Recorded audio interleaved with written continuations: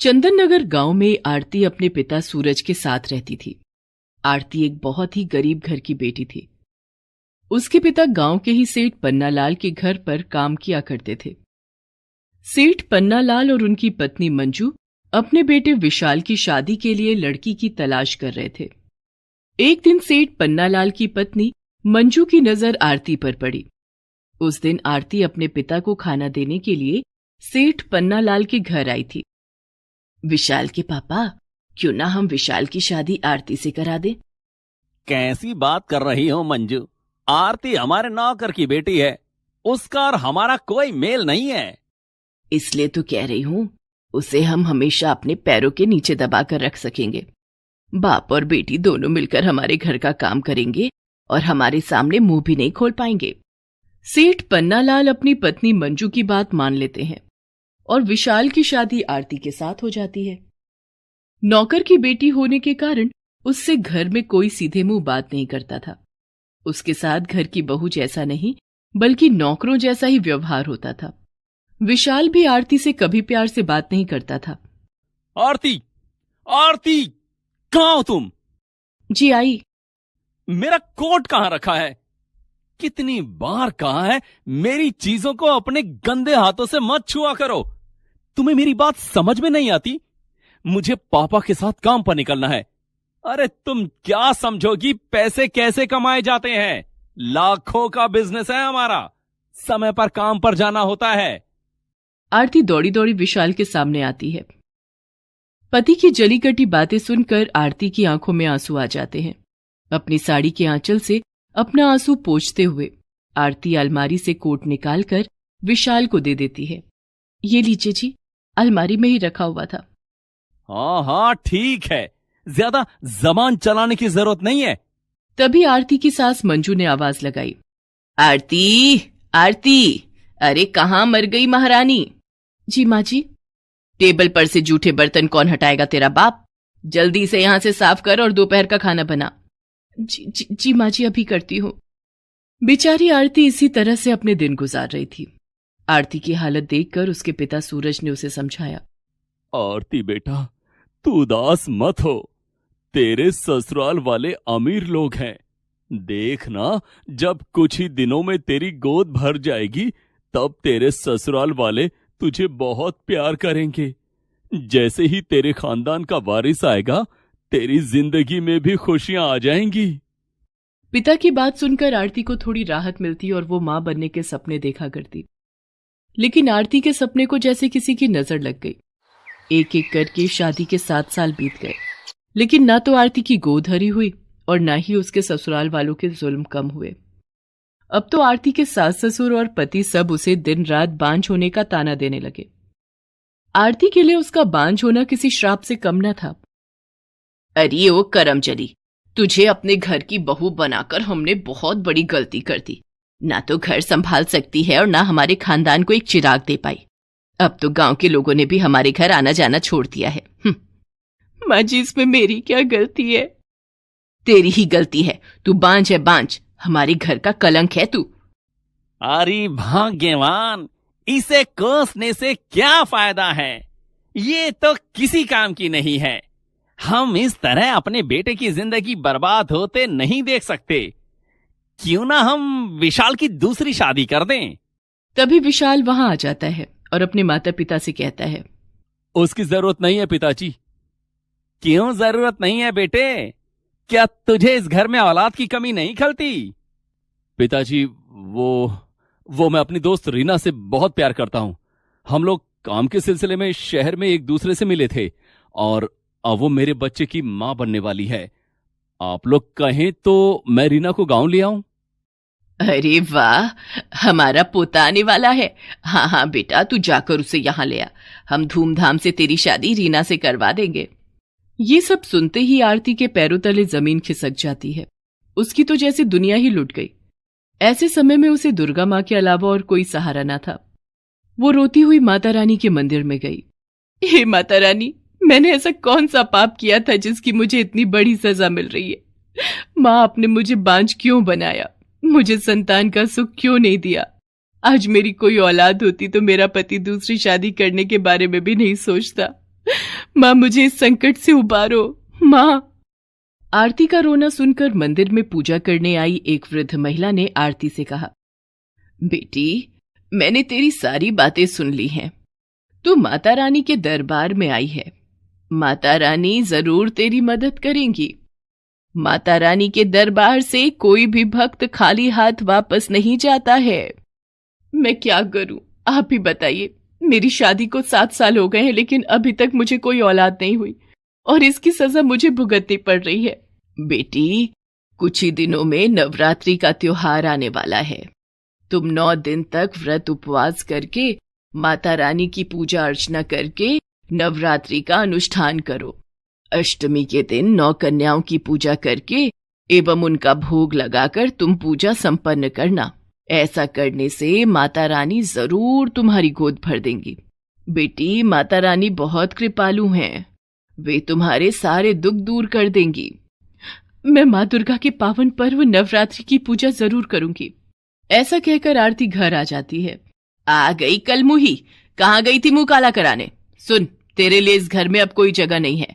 इस घर में अब वही रहेगी जो मुझे एक पोता देगी। आरती हाथ जोड़कर अपनी सास मंजू से कहती है, माँ जी, मैं यहाँ से चली जाऊंगी। बस मुझे नवरात्रि तक यहाँ रहने दीजिए। नवरात्रि की पूजा समाप्त होते ही मैं यहाँ से चली जाऊंगी। ठीक है, लेकिन सुन, कल विशाल रीना को लेकर यहाँ आएगा। उसके सामने कोई नाटक मत करना, वरना तुझे धक्के मारकर घर से बाहर निकाल देंगे। दूसरे दिन विशाल रीना को लेकर घर आता है। मंजू और सेठ पन्नालाल रीना को देखकर बहुत खुश होते हैं और उसका स्वागत करते हैं।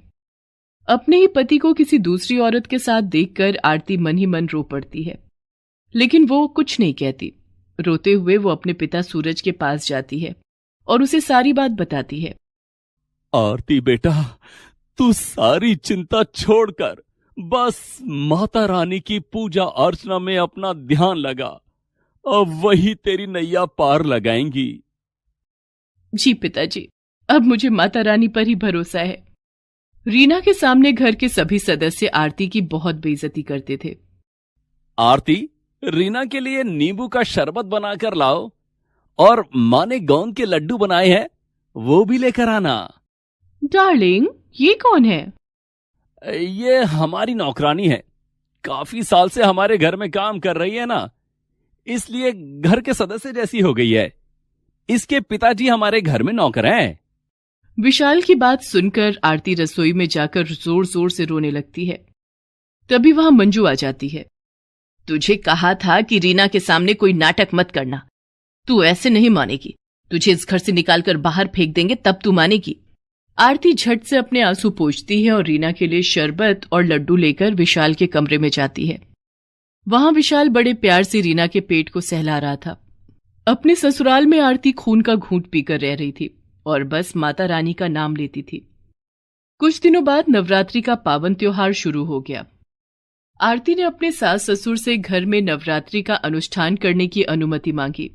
नहीं नहीं, रीना की गोद भराई की रस्म होनी है। एक घर में 2-2 अनुष्ठान नहीं हो सकते। तुम कहीं और जाकर अपना ये नाटक करो। आरती के सास ससुर उसे घर में नवरात्रि की पूजा करने के लिए मना कर देते हैं, जिसके बाद आरती अपने पिता सूरज की झोपड़ी में नवरात्रि पूजा करने लगती है।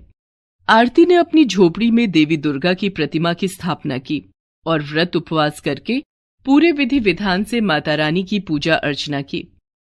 जय अम्बे गौरी मैया, जय श्यामा गौरी, तुमको निश दिन ध्यावत हरि ब्रह्मा शिवरी। जय अम्बे गौरी, मांग सिंदूर बिराजत, टीको मृग मद को मैया, टीको मृग मद को। उज्ज्वल से दो नैना, उज्ज्वल से दो नैना, चंद्र बदननी को। जय अम्बे गौरी, कनक समान कलेवर, रक्तांबर राजे मैया, रक्तांबर राजे। रक्त पुष्प गलमाला, रक्त पुष्प गलमाला, कंठन पर साजे जय अम्बे गौरी। अष्टमी के दिन आरती ने प्रसाद बनाया और कंचकों की पूजा की और उन्हें भोग लगाया। इधर आरती के ससुराल में रीना की गोद भराई की रस्म की तैयारी हो रही थी। रीना अपने कमरे में तैयार हो रही थी, तभी विशाल वहां आता है। रीना किसी से फोन पर बात कर रही थी। तुम चिंता मत करो डार्लिंग, गोद भराई की रस्म में मुझे जितने गहने मिलेंगे मैं वो सब लेकर तुम्हारे पास कल ही आ जाऊंगी। और मैंने तो यहाँ की तिजोरी की चाबियां भी हथिया ली हैं। विशाल के माता पिता ने पोते के आने की खुशी में तिजोरी की चाबी मुझे दे दी है।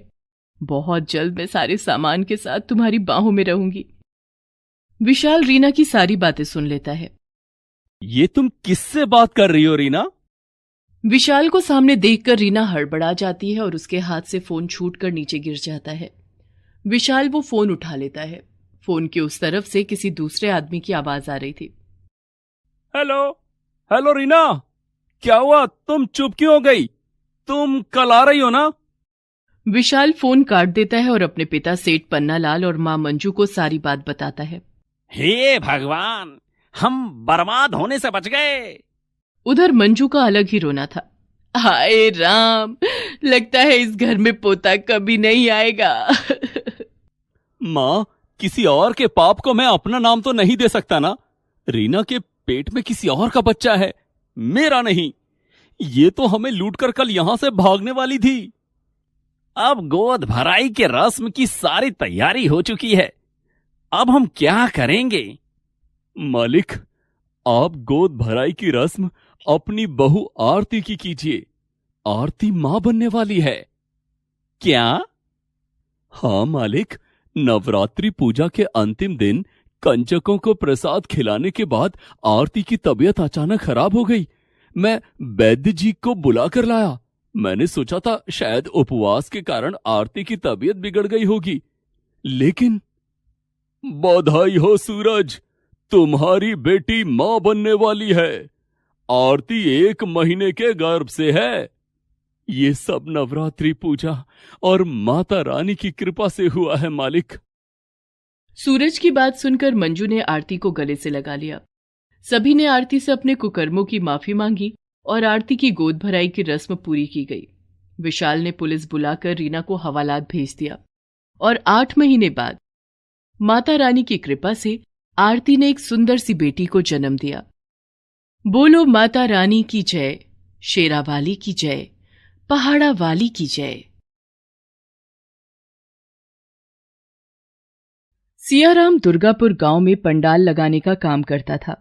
खास तौर पर नवरात्रि के दिनों में सियाराम को खूब काम मिलता था, क्योंकि नवरात्रि के हर दिन गांव में कोई न कोई माता रानी का जागरण या भजन कीर्तन करवाता ही रहता था।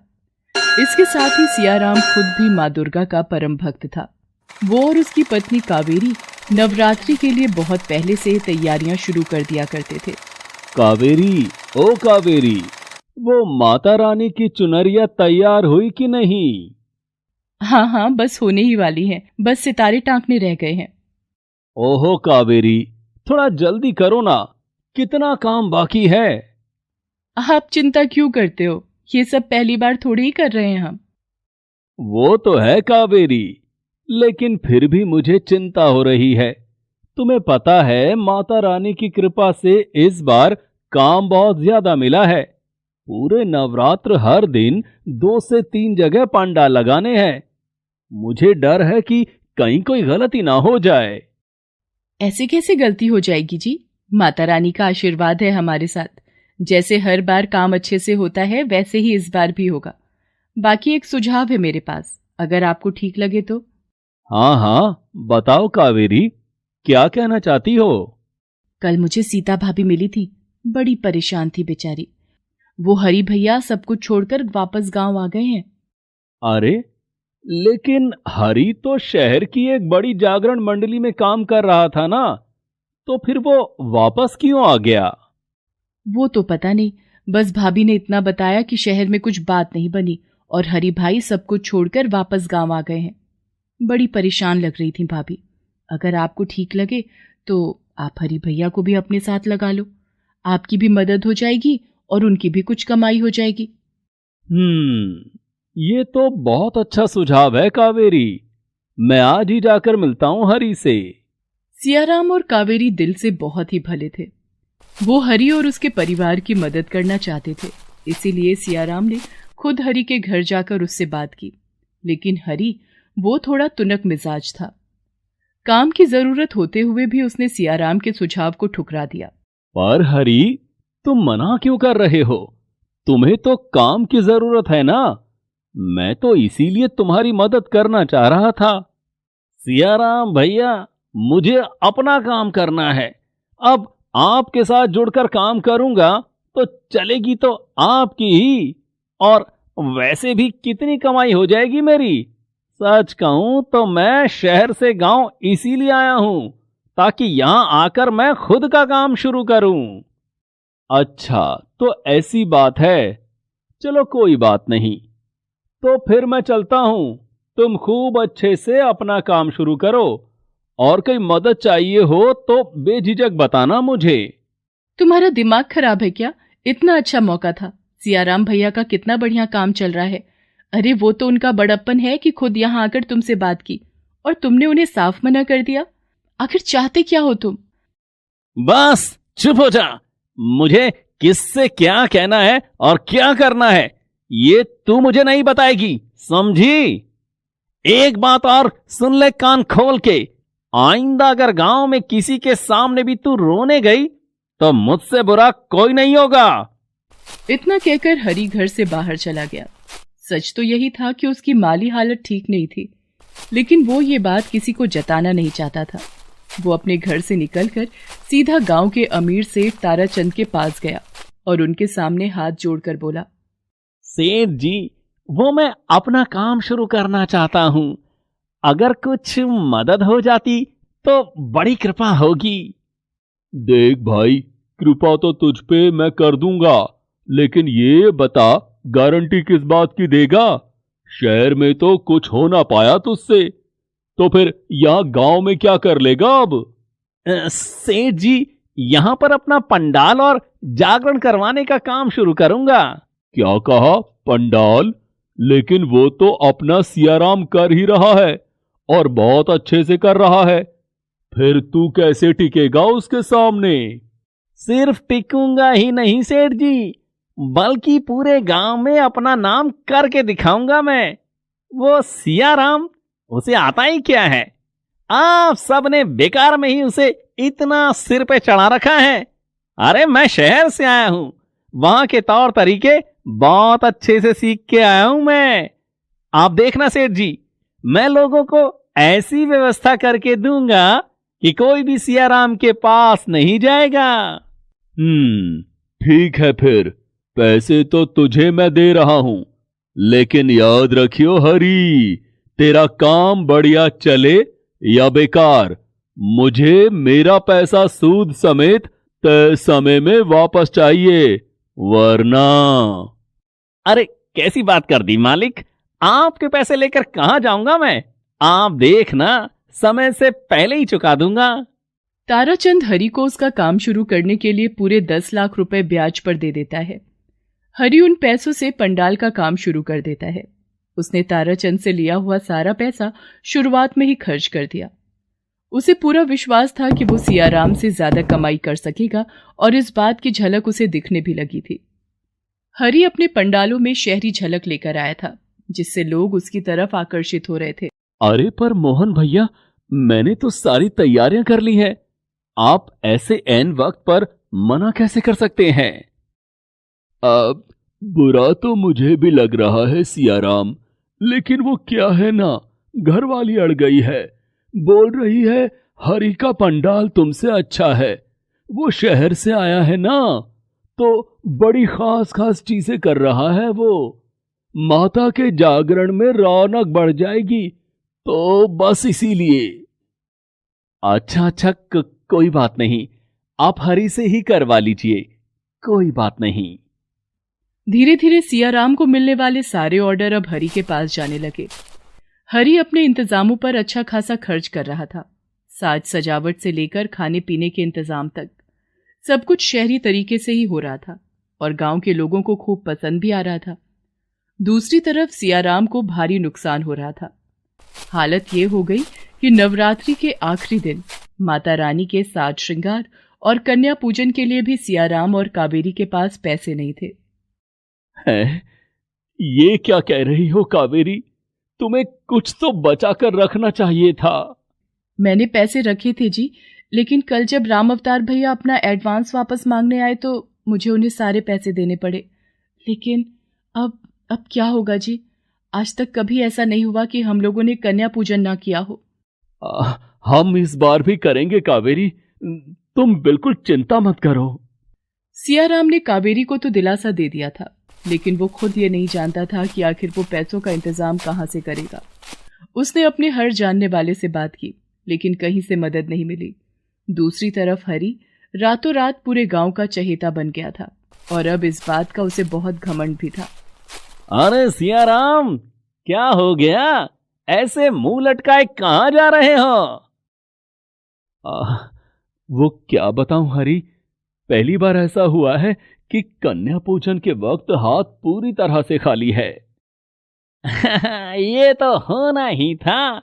अब मैं जो आ गया हूं यहां। देखो भैया, बात साफ है, तुम्हारे तौर तरीके पुराने हैं।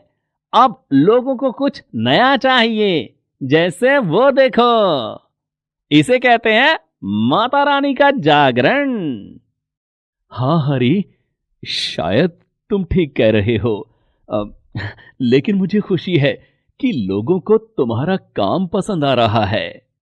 सियाराम और हरी बातें कर ही रहे थे कि उसी वक्त हरी के पंडाल में अफरा तफरी मच गई। लोगों में चीख पुकार मची हुई थी। दरअसल हरी के पंडाल में अचानक भयंकर आग लग गई थी और लोग अपनी जान बचाकर भाग रहे थे। ये सब देखकर हरी के हाथ पांव फूल गए। हे भगवान, ये क्या हो गया?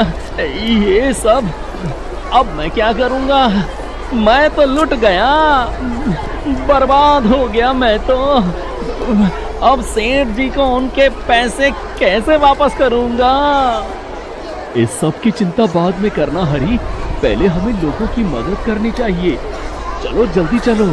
सियाराम हरी की पूरी मदद करता है। वो गांव के लोगों को तो बचाता ही है, साथ ही साथ जितना मुमकिन हो सका उसने हरी के पंडाल की चीजों को भी बचाने की कोशिश की। लेकिन इस सब के बावजूद हरी का काफी नुकसान हो चुका था और गांव के लोग बहुत गुस्से में थे। हरी, क्या है ये सब? इतनी बड़ी लापरवाही! जाने दीजिए मोहन भैया, ये पहले से ही बहुत परेशान है। इसकी तरफ से मैं माफी मांगता हूं आप सभी से। नहीं सियाराम, माफी तो हमें मांगनी चाहिए, और वो भी तुमसे। इस हरी के शहरी टीम टाम के चक्कर में हमने तुम्हें किनारे कर दिया, जो इतने सालों से सब कुछ इतने अच्छे से कर रहा था, वो भी इतने कम पैसों में। इस हरी ने हमसे पैसे भी ज्यादा लिए और फिर देखो क्या हुआ। हो सके तो हमें माफ कर दो। कोई बात नहीं मोहन भैया, लेकिन मेरी आप सभी से विनती है कि जो मेरे साथ हुआ अब वो हरी के साथ नहीं होना चाहिए। इस आग की वजह से इस बेचारे को बहुत नुकसान हुआ है, तो हम सबको मिलकर इसकी मदद करनी चाहिए। सियाराम की बात सुनकर हरी बहुत ही शर्मिंदा हो जाता है। मुझे माफ कर दो भैया, सच तो ये है कि मैंने हमेशा आपको दबाकर खुद ऊंचा उठने की कोशिश की, इसलिए मैं ना तो शहर में कुछ कर पाया और ना ही यहां गांव में। जो हुआ उसे भूल जाओ हरी, तुम चाहो तो हम दोनों अब भी मिलकर काम कर सकते हैं। सियाराम की बात सुनकर हरी उसके गले लग गया। उसने सबसे पहले सियाराम के साथ मिलकर खूब अच्छे से कन्या पूजन किया और फिर पूरे मन से सियाराम के साथ मिलकर काम करने लगा। हरी के नए तौर तरीकों और सियाराम की मेहनत से उन दोनों ने जल्दी ही खूब नाम कमा लिया और सिर्फ गांव ही नहीं बल्कि वो दोनों शहर जाकर भी माता रानी के जागरण करवाने लगे। Please subscribe this channel.